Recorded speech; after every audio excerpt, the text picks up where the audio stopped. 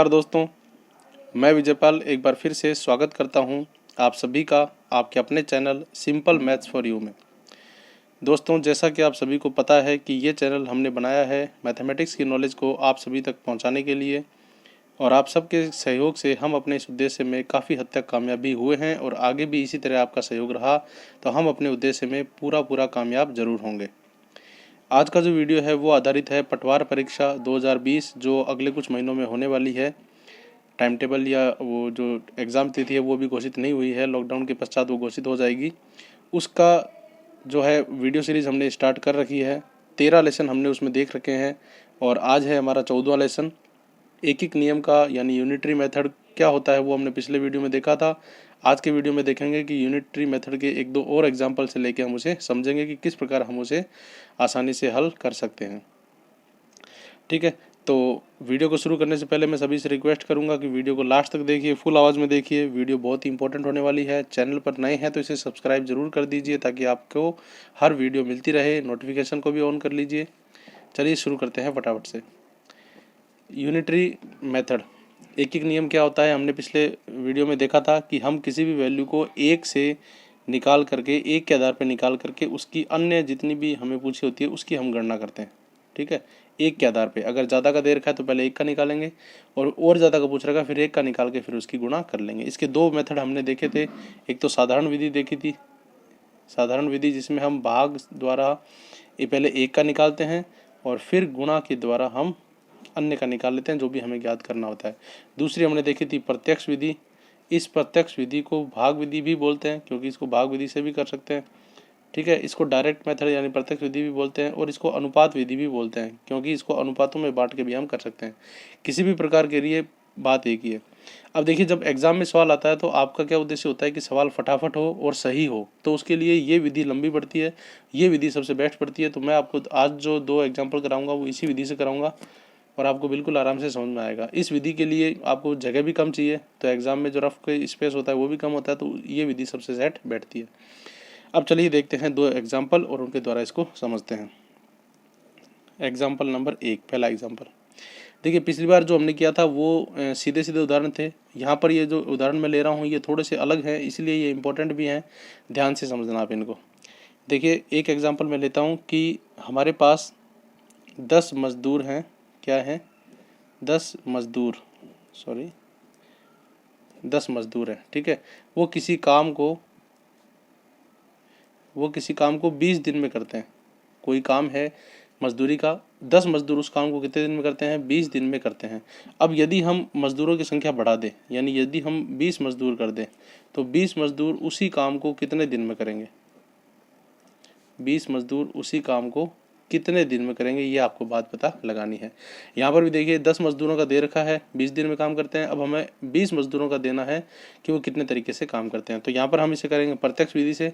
यहाँ पर दो चीज़ें हैं, एक तो मजदूर की संख्या और एक दिनों की संख्या। तो यहाँ पर तो मैं लिख लेता हूँ मजदूर, संख्या आएगी मजदूरों की। ठीक है, और यहाँ पर मैं लिख देता हूँ दिन, यहाँ पर भी क्या आएगी? संख्या। ये दोनों जो वैल्यू है वो संख्या में ही है, इसलिए संख्या लिख दिया। अगर कोई रुपए में होती तो हम रुपए लिख लेते, कोई मीटर लीटर में होती तो मीटर लीटर लिख लेते। जो भी मात्रक है उसको आप ऊपर ही ब्रैकेट में लिख दो ताकि यहाँ संख्या के आगे वो नहीं लिखना पड़े। ठीक है, अब देखिए पहली कंडीशन देखते हैं कि 10 मजदूर हैं, वो काम को कितने दिन में करते हैं? 20 दिन में। ठीक है, दूसरी कंडीशन देखते हैं कि 20 मजदूर हैं, वो उसी काम को कितने दिन में करेंगे। अब जहाँ पर कितने हैं वो हमें ज्ञात करना है, उसको हम मान लेते हैं x। क्या मान लेते हैं? x। अब सबसे पहले आप देखो कि इसमें जो संबंध है वो सीधा है या उल्टा है। यानी यहाँ पर आप देखिए कि 10 मजदूर किसी काम को 20 दिन में करते हैं। यहाँ पर आपने मजदूरों की संख्या बढ़ा दी तो क्या दिनों की संख्या भी बढ़ेगी या दिनों की संख्या कम होगी, ये आपको पता लगाना है। देखिए, कोई काम है 10 मजदूर करते हैं 20 दिन में, आपने मजदूरों की संख्या बढ़ा दी तो ज़्यादा मजदूर काम करेंगे तो काम जल्दी होगा यानी कम दिनों में होगा। यानी यहाँ पर संख्या बढ़ी है तो यहाँ पर दिनों की संख्या क्या होगी? कम होगी। तो इसका मतलब ये उल्टा संबंध है। तो यहाँ पर ये जो x है ये क्या आएगा? कम आएगा। मैं यहाँ पे हल्का सा समझने के लिए लिख देता हूँ, कम आएगा। ठीक है, यहाँ क्या आएगा? कम, और ये 20 क्या होंगे? ज़्यादा। तो यहाँ पर हमें तीर के निशान लगाना है। ये हम लगा रहे हैं कम से ज़्यादा की ओर, यहाँ पर भी हम लगाएंगे कम से ज़्यादा की ओर। क्योंकि ये उल्टा संबंध है। मजदूर बढ़ रहे हैं लेकिन दिनों की संख्या क्या होगी, कम होगी, तो यहाँ पर उल्टा संबंध होगा, ये यूँ और ये यूँ। अब इसको आप अनुपात में लिख लो, तो ये यूँ लिखा है तो यहाँ पर आप लिखोगे 10:20, ये यूँ लिखा है तो यहाँ पर आप लिखोगे x/20। आई बात समझ में? यहाँ पर आप क्या लिखोगे, x/20। अगर ये सीधा संबंध होता तो हम इसे 20:x लिखते, लेकिन ये उल्टा संबंध है तो हम इसे क्या लिखेंगे, x/20। दोनों को आप समानुपात में रख दो, और जब ये कंडीशन होती है तो क्या सूत्र लगता है, ये मैंने आपको समझाते समय बताया था, कल भी बताया था। यहाँ सूत्र लगता है बाह्य पदों की गुणा बराबर मध्य पदों की गुणा, यानी बाहरी पदों के आपस में गुणा कर दो, मध्य पदों के आपस में गुणा कर दो, आपके पास x का मान आ जाएगा। अब यहाँ पर आप ध्यान से देखिए, बाहरी पद कौन कौन से हैं, एक तो 10 है और एक 20 है बाहर के, तो इन दोनों के आप आपस में गुणा कर दो, यानी 10 × 20 बराबर अंदर के पदों की गुणा कर दो, अंदर के पद हैं 20 और x, तो यहाँ हो जाएगा 20 × x। अब आपको x का मान ज्ञात करना है, ये सिंपल एक इक्वेशन है, समीकरण है, x का मान ज्ञात करना है, 20 को यहाँ भेज दो, यहाँ आके आ जाएगा बट्टे में, यानी 10 × 20 बट्टे में 20 बराबर x। 20 से 20 कट गया, 10 बचा है, यानी x = 10। ये x का मान 10 आ गया। इसका मतलब जब 20 मजदूर लगेंगे तो काम क्या हो जाएगा, 10 दिनों में हो जाएगा, यानी आधे दिन में ही काम हो जाएगा। आप इस बात को यूँ भी समझ सकते हैं, मजदूरों की संख्या दुगनी कर दी तो काम आधे दिनों में हो जाएगा। इस प्रकार इसको आप हल करोगे। ठीक है, यहाँ पर मैंने आपको समझाने के हिसाब से किया, इसलिए मैंने पूरा अच्छी तरह लिख के बताया। पेपर में आपको फटाफट करना है तो सिर्फ 1 मिनट के अंदर ये काम, 1 मिनट से भी कम समय में ये क्वेश्चन आराम से हो सकता है। ठीक है, अब देखते हैं अगला उदाहरण। एक उदाहरण और देख लेते हैं, 2 उदाहरण से आपकी जो कहानी है वो बिल्कुल क्लियर हो जाएगी। उसके बाद आप अपनी बुक से, कॉम्पिटिशन एग्जाम की बुक से अलग अलग क्वेश्चन करना, ताकि आपके सामने वो जो है क्वेश्चन, जितने आप ज़्यादा क्वेश्चन करोगे उतनी आपकी प्रैक्टिस होगी और आपके जो कॉन्सेप्ट है वो बिल्कुल क्लियर हो जाएगा। अगला एग्जाम्पल हम देखते हैं खाने का। कई बार इस तरह से खाने का एग्जाम्पल भी आता है, ये भी उल्टा एग्जाम्पल है। उल्टा कैसे, सपोज कोई आपदा है, जैसे अभी का ले लेते हैं, कोरोना संकट है या इस तरह की कोई भी आपदा है, और हमारे पास 100 व्यक्तियों के लिए, हमारे पास क्या है, 100 व्यक्तियों के लिए मान लो 200 दिन का खाना पर्याप्त है। यानी हमारे पास अभी इतना स्टॉक पड़ा है राशन का या खाने का कि 100 व्यक्ति उसको 200 दिन तक काम चला सकते हैं। ठीक है, अब किसी कारणवश कहीं से और ज़्यादा प्रवासी आ गए या और ज़्यादा व्यक्ति आ गए, और व्यक्तियों की संख्या बढ़ के कितनी होगी, सपोज व्यक्तियों की संख्या बढ़ के 200 होगी। व्यक्तियों की संख्या बढ़ के कितनी होगी, 200। मैं 200 की जगह 300 कर देता हूँ, सॉरी 150 कर देता हूँ। क्या कर देता हूँ, 150,